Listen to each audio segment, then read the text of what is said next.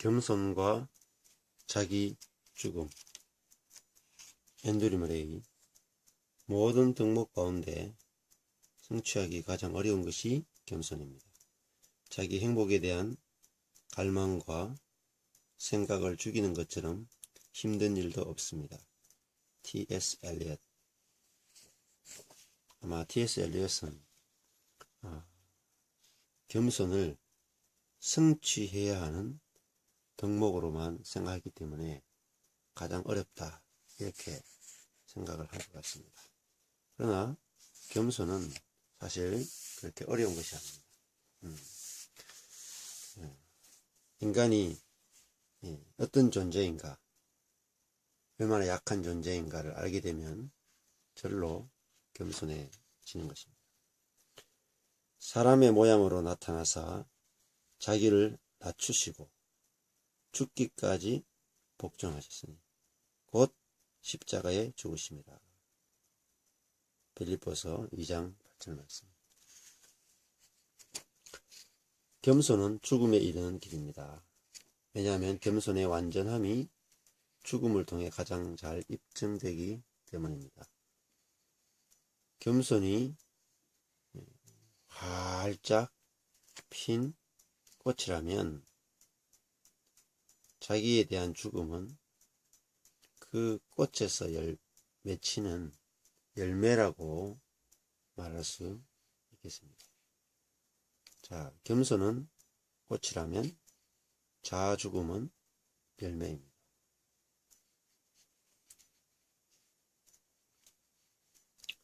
겸손해서 자기 죽음에 이른다, 이런 뜻이겠죠. 예수님은 십자가에 죽기까지 자기를 낮추셨고, 그럼으로써 우리가 걸어가야 할 길을 활짝 열어놓으셨습니다. 예수님의 경우에 자신을 하나님께 철저히 복종시키셨고, 아버지의 영광을 위해 인간의 본성을 포기하고 있다는 사실을 입증할 수 있는 길은 죽음밖에 없었습니다. 우리도 마찬가지입니다. 겸손은 자아 죽음으로 이어져야 하는 것입니다. 그러므로서 우리가 얼마나 하나님께 자신을 내어드리는지를 증명할 수 있습니다. 또한 죽음으로 입증되는 겸손을 통해서만 우리는 타락한 본성, 곧 교만에서 자유로워지고 하나님 안에 있는 생명으로 가는 길을 찾을 수 있습니다. 생명으로 가는 길, 즉 에덴으로 가는 길이겠죠. 자기 자신에 대하여 죽을 때, 자아 죽음, 우리는 새로운 본성으로 태어나며, 이게 거듭난다는 거죠. 새로운 본성, 이것을 새 생명이라고 부릅니다. 그때 겸손은 우리의 호흡이자 기쁨이 될 것입니다. 자아 죽음으로 입증되는 겸손을 통해서만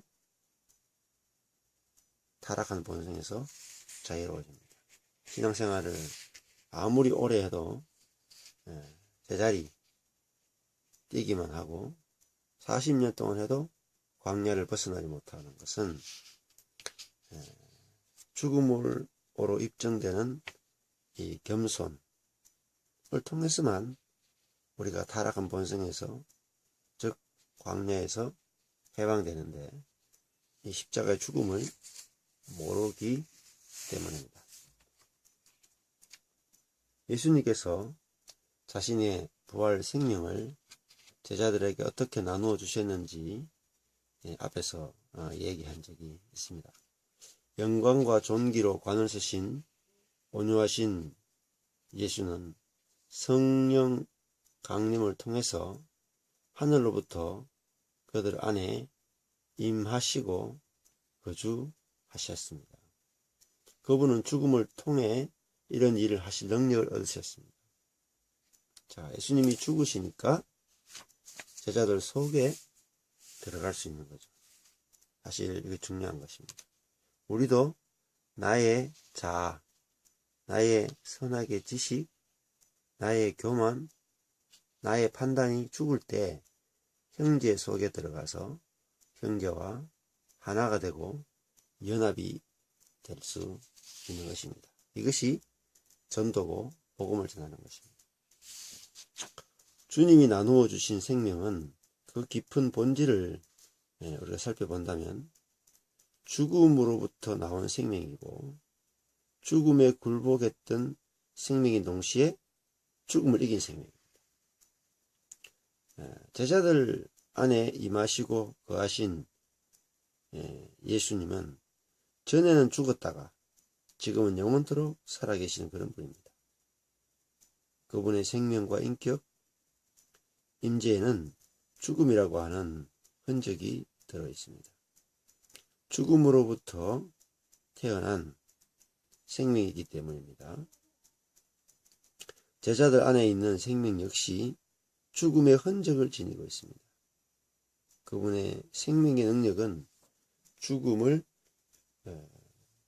경험하신 자의 영으로 우리 안에 거하고 역사합니다. 자, 이게 죽음을 거친 성령이라는 개념인데 아주 중요합니다. 성령은 죽음을 거치고 오신 영이기 때문에 우리 안에 들어오셨어도 우리를 죽음에 이르게 하고 또 부활에 이르게 합니다. 성령이 무엇을 죽이고 무엇을 살려내시는지를 알아야만 우리가 성령을 온전히 알 수 있습니다. 우리의 선악의 지식과 판단과 하나님처럼 된 것을 죽이고 우리로 하여금 사람처럼 되게 하고 선악의 지식이 아니라 은혜로 긍휼로 살게 하고 옛사람을 죽이고 새사람으로 살게 하는 그 영이 바로 성령인 것입니다. 그래서 반드시 성령은 우리에게 죽음을 가져오는 영이다. 그렇게 말씀드릴 수 있겠습니다.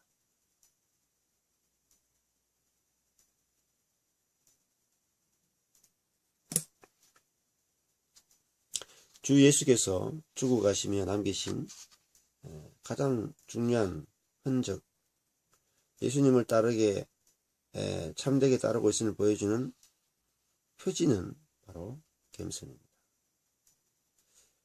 두 가지 이유가 있는데요.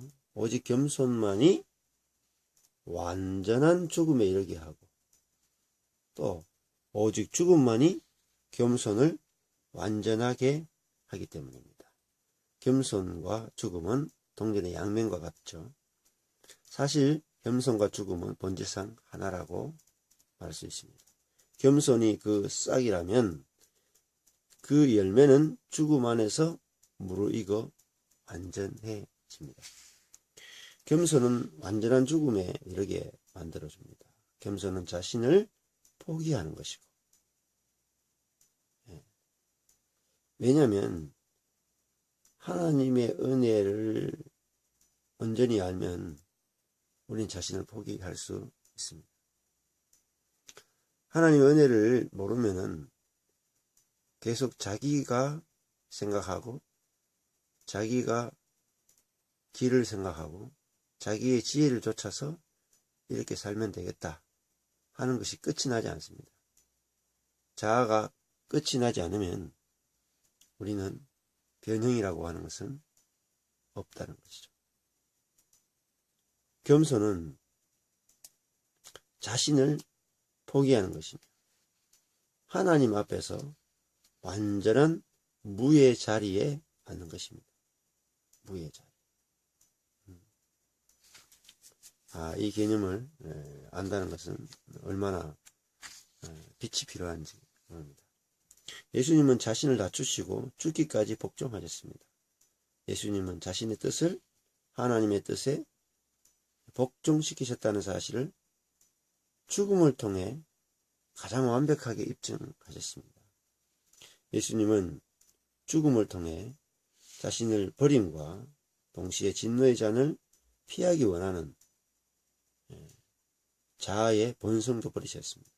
그분은 그때껏 우리 인간들과 부대껴 오신 그 생명을 포기하셨습니다. 그분은 자신에 대해 죽으셨고, 그분을 시험하던 죄에 대해도 죽으셨고, 세상에 대해서도 죽으셨습니다. 율법에 대해서도 죽었습니다. 그렇게 함으로써 인간으로 하나님의 완전한 생명 가운데 들어가셨습니다. 자, 이 말 중요하죠. 인간으로 하나님의 완전한 생명 가운데 들어가셨다.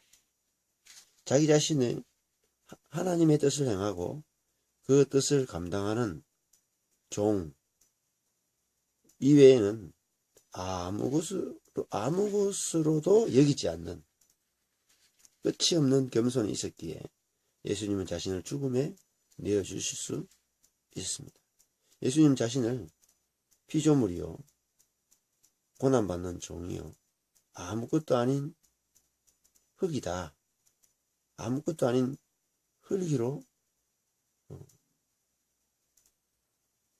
흙으로만 여기는 겸손이 바로 예수 그리스도라는 거죠.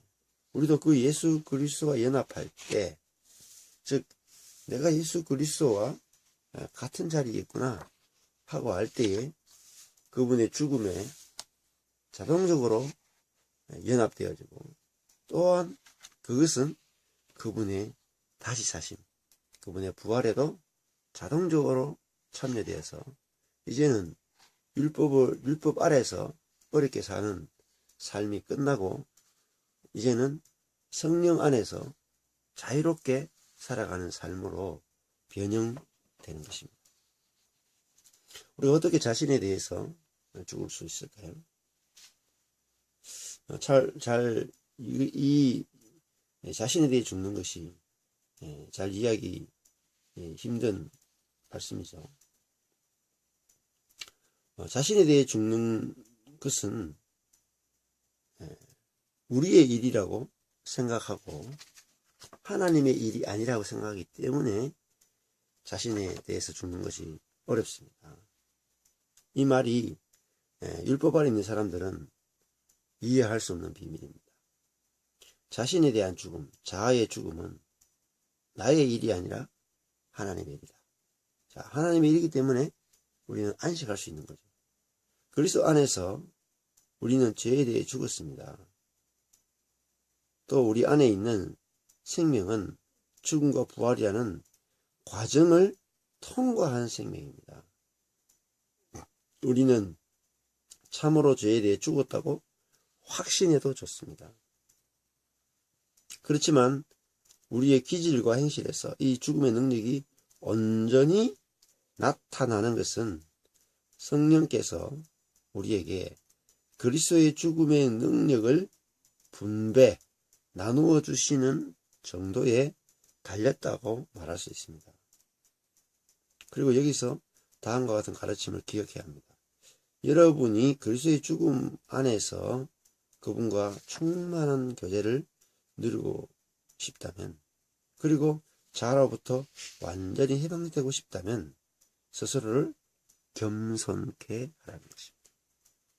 이것이 우리가 행할 의무입니다.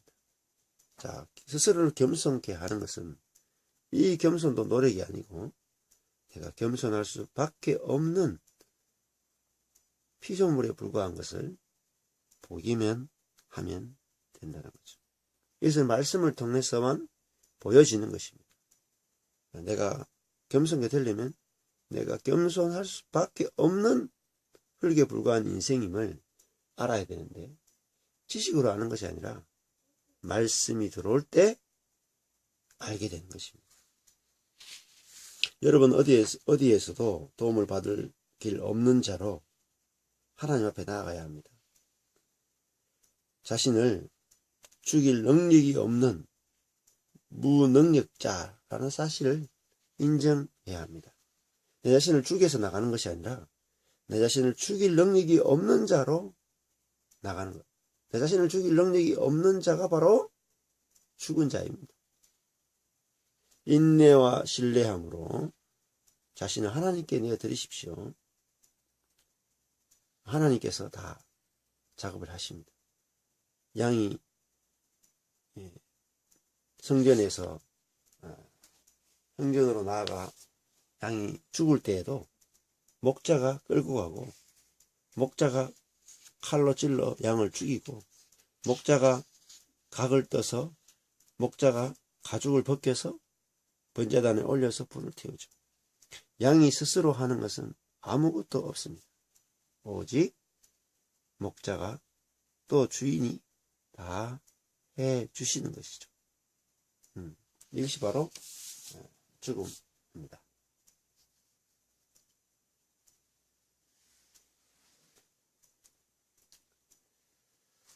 필요하다면 언제 어디서든 겸손을 실천하십시오. 여러분을 시험하고 괴롭게 하는 사람들, 비난하는 사람들을 만날 때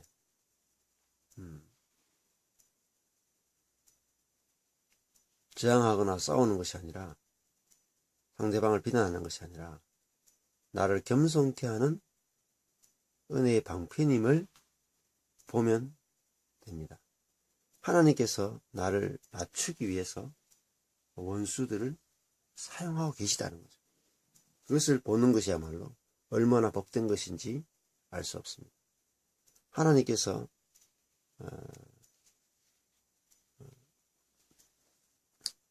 얼마나 우리의 모습 속에서 겸손을 갈망하는지 알게 될 것입니다.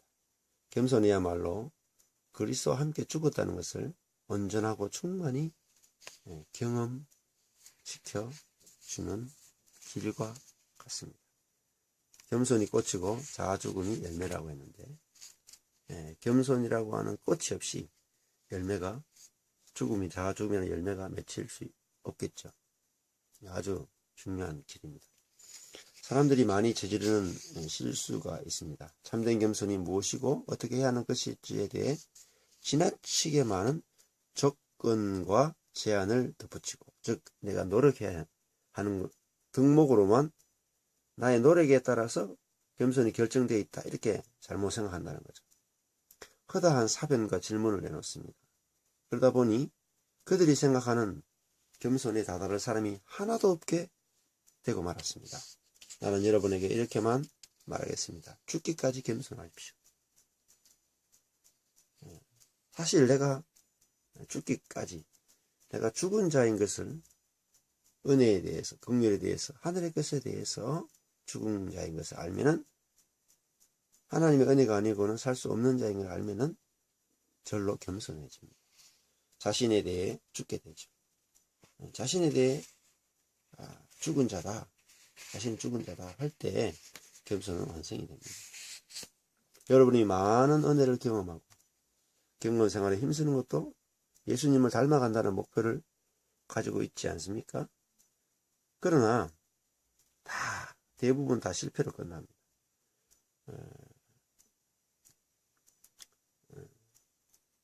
왜냐하면 우리의 기질과 습관이 끊임없이 나타나기 때문입니다. 여러분이 성령 안에 거하고 있다고 말하면서도 자신을 드러내는 경우가 얼마나 많습니까?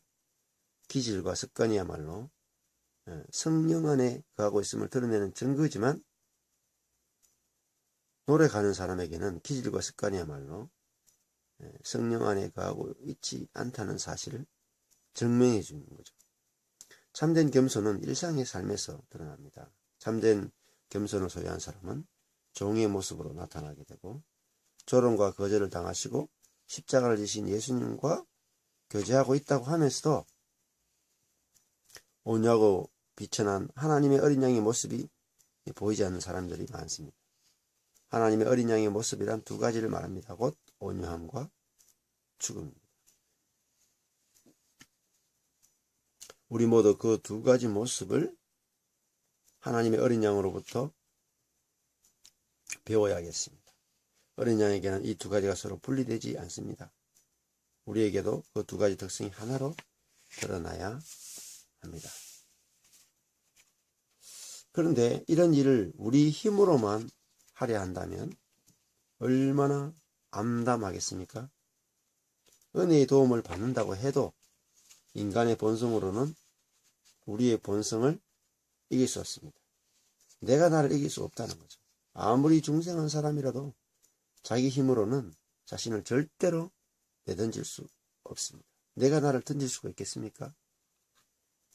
하지만 여러분, 하나님을 찬송합시다. 이 일은 이미 일어났고 정결되었고 영구적으로 완성되었습니다. 예수님이 단 한 번 죽으심으로 우리 자신에 대한 죽음도 영구적으로 일어났습니다. 예수님이 하늘로 올라가시면서 지성소로 단 한 번 영구적으로 들어가셨을 때 능력으로 우리와 교통하실 성령님이 오셨습니다. 우리의 영혼이 겸손을 찾고 실천하며 예수님의 발자취를 따를 때 무언가가 더 필요하다는 의식이 생겨납니다. 그것에 대한 욕망과 소망이 일어나고 믿음이 강해지며 그리하여 예수님의 성령의 참된 충만함을 바라보고 요구하며 얻기를 배우게 됩니다. 그러한 성령의 충만함이 자기와 죄에 대해 죽으신 예수님의 죽음의 충만한 능력을 날마다 유지하며 겸손을 우리 삶의 모든 영을 지배하는 정신으로 성령 충만이 만들어줍니다. 무릇 그리스도 예수와 합하여 세례를 받은 우리는 그의 죽으심과 합하여 세례를 받은 줄을 알지 못하느냐. 이와 같이 너희도 너희 자신을 죄에 대해서는 죽은 자요 그리스도 예수 안에서 하나님께 대하여는 산 자로 여길지어다. 또한 너희 지체를 불의의 무기로 죄에게 내주지 말고 너희 자신을 죽은 자 가운데서 다시 살아난 자와 같이 예수 그리스도와 같이 하나님께 드리며 너희 지체를 의의 무기로 하나님께 드리라. 로마서 6장 3절 11절 13절입니다. 그리스도인의 자기 인식은 어떻게 해야 할까요? 그리스도인은 그리스도의 희생의 영에 사로잡힌 자로 자신을 바로 보아야 합니다. 그리스도의 희생의 영에 사로잡힌 자, 성령에 사로잡힌 자. 그리스도인은 하나님께 자신을 드리되 그리스도와 함께 죽은 자며 그리스도 안에서 다시 산 자로 드려야 합니다. 그의 삶에는 두 가지 흔적이 나타납니다. 죄와 자신에 대해 죽으신 예수님의 겸손이 그 밑바탕에 깔리고 밖으로는 부활의 능력이 나타납니다. 부활의 능력은 바로 겸손의 능력입니다. 예수님의 죽음과 부활 생명을 믿음으로 자신의 것으로 삼으십시오. 자아와 자기 자신의 행위로부터 벗어나 하나님의 그늘 아래 안식하십시오. 아버지의 손에 자신의 영을 의탁하셨던 그리스도를 닮아 자신을 낮추십시오. 또한 하나님 앞에서 자신을 무력한 존재로 날마다 고백하시기 바랍니다. 이게 중요합니다. 하나님 앞에서 자신을 아무것도 아닌 존재, 무력한 자로 날마다 고백하는 것. 이게 바로 기도입니다. 그러면 하나님께서 여러분을 일으키실 것입니다. 에게이로 일으키고 부활시키고 살려내십니다. 매일 아침마다 여러분은 텅 빈 컵과 같고 잔과 같고 그런 존재라는 사실을 날마다 새롭게 인식하십시오. 그러면 여러분 안에 예수님의 생명이 담겨져 있다는 사실을 보게 될 것입니다. 자원하는 겸손, 사랑을 품은 겸손, 평안을 누리는 겸손이 여러분의 삶 가운데 나타나게 하십시오. 여러분이 그리스도의 죽음과 연합하여 세례를 받음으로 다시 태어났다는 사실을 사람들이 알게 될 것입니다. 그가 거룩하게 된 자들을 한 번의 제사로 영원히 온전하게 하시느니라. 히브리서 10장 14절 말씀입니다. 그분의 굴욕 속으로 들어가는 영혼은 주님 안에서 자신을 죽은 자로 여길 수 있습니다. 그리고 그분께 배우고 그분을 받아들인 자가 되어 모든 겸비함과 온유함으로 행하고 사랑으로 서로를 참아주게 됩니다. 그리스도께서 그러셨던 것처럼 온유함과 겸비함을 통해 죽음을 통과한 생명이 그 모습을 드러내는 것입니다. 그리스도께서 그러셨던 것처럼 온유와 겸손을 통해 죽음을 통과한 생명이 나타난다는 거죠. 온유와 겸손을 이라고 하는 길을 통해 죽음을 통과한 생명, 이게 바로 성령입니다. 온유와 겸손을 통해 죽음을 통과한 생명, 성령이 우리 속에서 나타나게 되는 것입니다.